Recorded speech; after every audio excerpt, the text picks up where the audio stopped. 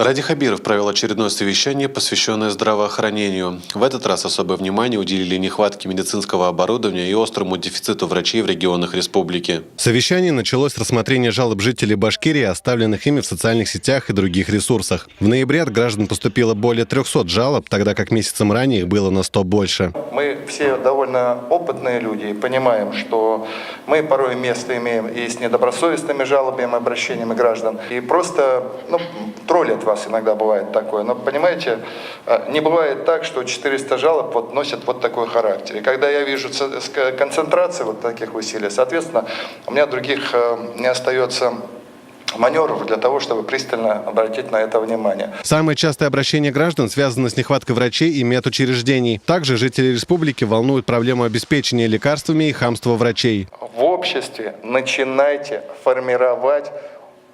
продолжайте формировать культ уважения к добросовестным врачам.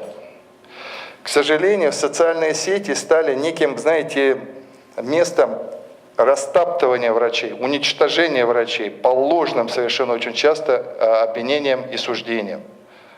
Нам надо это перебарывать. Есть недобросовестные врачи. Для этого есть Министерство здравоохранения, Росздравнадзор, есть мы здесь. От них надо избавляться. Вниманием не обошли и больничные условия, начиная от обшарпанных стен в палатах и заканчивая питанием. Так, в роддоме Белорецка на обед давали котлеты зеленого цвета. Рафаэль Галич и Ленар Хакимовна, мне начинайте готовить рабочее совещание сперва, и Динара Тимирбаевна тоже пусть примет участие, по организации питания в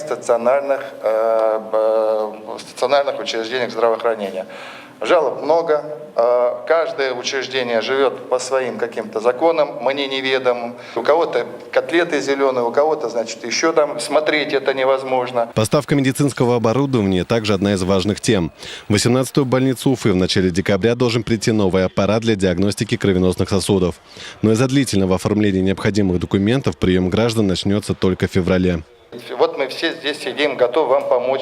До февраля вы, может быть, не один десяток жизней спасете через анализ на ангиографе. Вовремя операцию сделают люди, может быть, вовремя потратят. 1 февраля это ждать 2 месяца еще. Надо целиться в солнце. Понимаете? Надо целиться в солнце. Может быть, тогда на Луну попадете. А ваша жизнь по-другому. Вы целитесь на Луну и думаете, может быть, я дотянусь до Солнца. Не так надо делать. Также не обошли стороной и нехватку врачей в районах. Ради Хабиров поручил исполняющему обязанности министра здравоохранения республики Рафаэлю Япарову разработать социальный пакет для врачей-целевиков. Нужно, чтобы вы проанализировали этот весь пакет имущественных, всевозможных материальных благ для выпускников и для врачей, которые, соответственно, через целевые договора будут реализовывать наши главы.